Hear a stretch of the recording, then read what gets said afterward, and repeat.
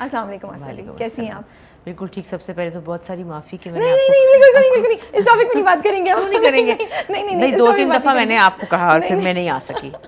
बल्कि एक साल 1.5 साल से हम चल रहे हैं। तो आपका भी पर्सनल एक चीज़ चल रही थी and I completely understand, but मैं आपको वाकई बहुत ऑनेस्टली बता रही हूँ कि जब आप वॉइस मैसेज मुझे भेजती तो मुझे पहले बड़ा मैं तो ना, जब पहली बार आपने भेजा तो मैं तो खुशी से फूले ना समाई, मैं तो सातवें आसमान पे चली गई कि आपने मुझे वॉइस नोट भेजा है। मैंने कहा वाह राबिया, अरे मैं तो अपने क्लाइंट्स को भी वॉइस नोट करती हूं। तुम्हारी बड़ी इज्जत है। अच्छा, मैं स्पेशल फील कर रही थी थोड़ा सा। नहीं, मुझे अच्छा लगता है कि कौन लिखे अब बैठ के एक लफ्ज़ तो बोल ही दो। तो आपने इतनी डिटेल में सारी बात मुझे एक्सप्लेन की कि इस वजह से आप अभी टाइम नहीं दे सकती कि मतलब आई जस्ट लव्ड इट, और मुझे आपकी वो ऑनेस्टी और वो आपकी जो फ्रैंकनेस थी, दोस्ती, वो मुझे बड़ी अच्छी लगी। तो तब से वो मेरे ना कनेक्शन बन गया था आपके साथ। पहले तो बड़ी आप अच्छी लग रही हैं माशाल्लाह से, आपके दुपट्टे को मेरी नज़र ना लग जाए, मैं ऑनेस्टली बता रही हूँ, मुझे बहुत खूबसूरत लगते हैं मुझे प्रिंट वाले और इस तरह के। बस ये मेरे अपने ब्रांड के कपड़े ही पहनती हूँ मैं, हालांकि मुझे और बहुत से कपड़े अच्छे लग जाते हैं। हाँ। बहुत शौक है, हर जगह क्या करती हैं? हर जगह जाके खड़ी हो जाती हूँ, ले लेती हूँ। अच्छा। पास थोड़ी आती हूँ।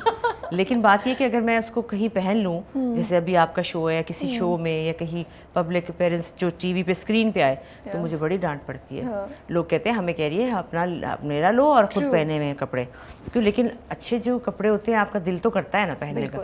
ले लेती हूँ, फिर मैं कहीं ऐसे ही पहन लेती हूँ, कहीं जाना आना हो तो स्क्रीन पे नहीं पहनती। तो आप ज्वेलरी भी बता रही हैं कि आपकी अपनी है? जी, ज्वेलरी मैंने नेपाल की ज्वेलरी। इतना कुछ एक साथ, एक्टिंग भी और ये भी, कपड़े भी, ज्वेलरी भी, ये कैसे मैनेज हो रहा है? दरअसल मुझे बचपन से शौक था, जैसे लोग कहते हैं मुझे बचपन से फिल्मों में आने का शौक था, या मुझे डॉक्टर बनने का शौक था। मुझे बिल्कुल शौक नहीं था डॉक्टर बनने का, मुझे कपड़े सीने का शौक था। अम्मी सिलाई मशीन भी थी? जी, और अम्मी सीती थी कपड़े और मैं उनके साथ नीचे बैठ के गुड़िया के कपड़े काटती थी और उसी के बनाती थी। तो मुझे बहुत ज़्यादा शौक था और वो शौक ख़त्म ही नहीं हुआ बड़े होने तक। और मैं जो याद है, जब मैं टीनेज में थी तो मैं 1 घंटे में सूट सी लेती थी। वो तो काफ़ी तेज़ है। और यहाँ रख के ना इधर, और कैंची से यहाँ ही काटती थी बैठी बैठी, कोई शेप नहीं, कोई कुछ नहीं, अंदाज़ों से। और हर किस्म का डिज़ाइन बना लेती थी। फिर ज़ारा, शादी हो गई, फिर ज़ारा के कपड़े सीती थी, फ्रॉक्स मैं बनाती थी। और फिर शौक़ था तो मैंने घर में बैठ के ज़ारा के कपड़े शुरू कर दिए। फिर मैंने ज़ारा कलेक्शन बना ली क्योंकि आपको शौक़ था। और फिर मैं बहुत कपड़े बनाती थी, मतलब मेरी कोई 12 वार्डरोब्स, मतलब कपड़े ही कपड़े, क्योंकि और ज़िंदगी में कुछ करने को था नहीं, तो कपड़े ही बनाती रहती थी।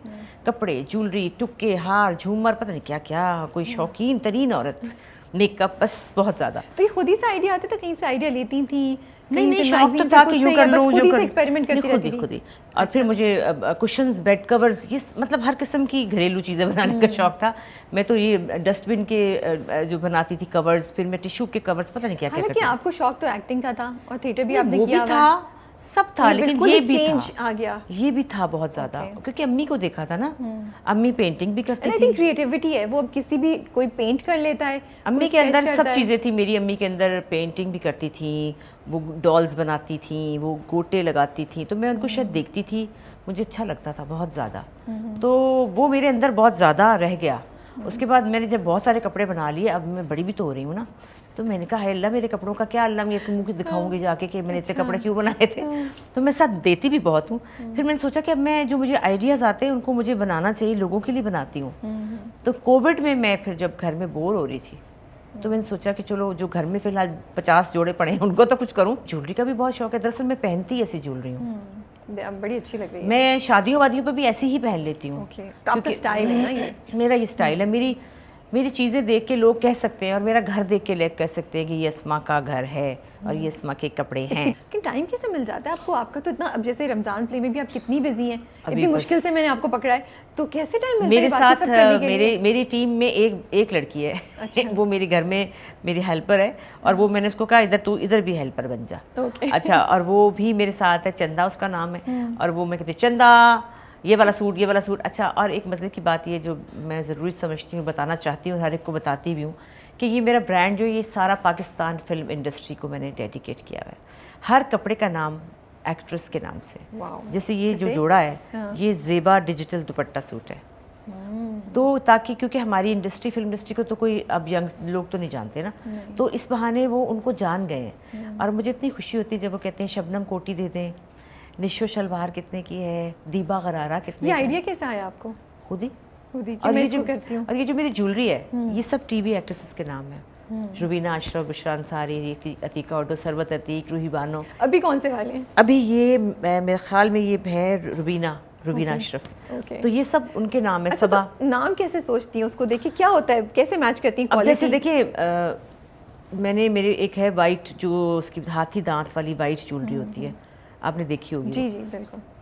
उसको देख के मुझे ना एक अजीब सी कुछ उदासी और अजीब सी कुछ चीज़ होती है उसको देख के, तो उसको मैंने रूही बानो के नाम डाला है।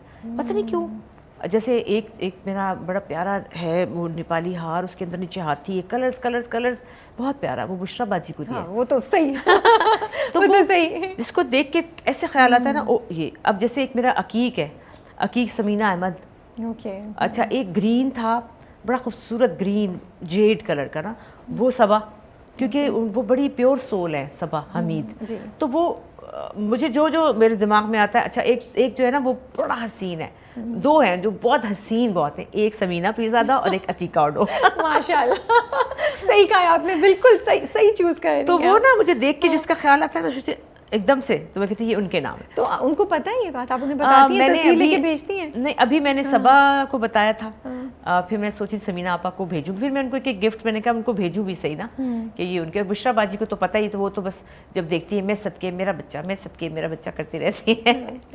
क्योंकि ये पता है मेरी मोहब्बत का इजहार है। बिल्कुल। और ये सबको करना चाहिए मेरे ख्याल में। हमारी फिल्म इंडस्ट्री ने जो कुछ किया, जो की थी, वो अब कभी हो नहीं सकता जो हो चुका।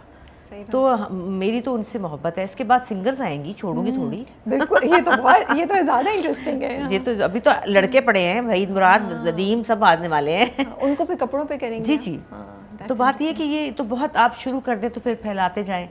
तो ये आपकी क्रिएटिविटी दिखाई दे रही है मुझे, जो क्रिएटिव माइंड है। बस अब ये है कि काम ये भी करती हूँ, वो भी करती हूँ, लेकिन आधी रात को आँख खुल जाती है डिज़ाइन की वजह से। फटाफट साइड टेबल पे रखा हुआ कॉपी और पेंसिल, और फ़ौरन उसके डिज़ाइन शुरू हो जाता है। और वो एक के ये ऐसे होगा, और एकदम से विजुलाइज, एकदम से बन जाता है, विजुअल बन जाता है ना मेरे सामने कि ऐसे होगा, आंखें बंद करूँ ना ऐसे होगा। तो बस फिर वो बन जाता है, तो खुशी होती है। नहीं, बहुत इंटरेस्टिंग है। आपके कपड़े तो माशाल्लाह से बहुत अच्छे लग रहे हैं और बड़ी इंटरेस्टिंग हमें आज बातें पता चली हैं। अच्छा, आप एक और बात मुझे बता रही थी कि आपकी एक इंडियन फ़ैन है जो आपका पेज हैंडल करती है। जी, मेरी बच्ची मुझे इतनी फैसिनेट कर रही है कि वो यहाँ रहती भी नहीं है। नहीं। और पंजाबी में बातचीत होती है आप लोगों की। 3 साल पुरानी बात है कि जिस तरह रैंडम आते हैं मैसेज वगैरह। वो मुझे सुनीका भरद्वाज नाम है और बहुत अच्छी बच्ची, प्यारी बच्ची है वो। मुझसे मुझे 2-4 दफ़ा बात की, तो कुछ भेजा कि आपकी ये चीज़, तो मैंने उसके साथ बात, मैं तो हर एक से बात करती हूँ ना, मुझे अच्छा लगता है लोगों से बातें करना। मुझे जब मैं बाहर कभी जाती हूँ तो मैं बहुत ज़्यादा लोगों से दोस्ती कर लेती हूँ, जो भी लोग होते हैं। लेकिन फिर मुझे एक आध दफ़ा मैंने फ़ील किया कि मैं बहुत दुखी हो जाती हूँ जब मैं उनसे बिछड़ती हूँ, क्योंकि मुझे गम होता है कि मैं इनसे कभी नहीं मिलूँगी दोबारा। जैसे इंडिया गए थे हम, वहाँ हमारे गाइड थे, उनसे हमारी दोस्ती होगी, बस फिर वो पता नहीं कहाँ गए, ख़त्म हो गई ना बात।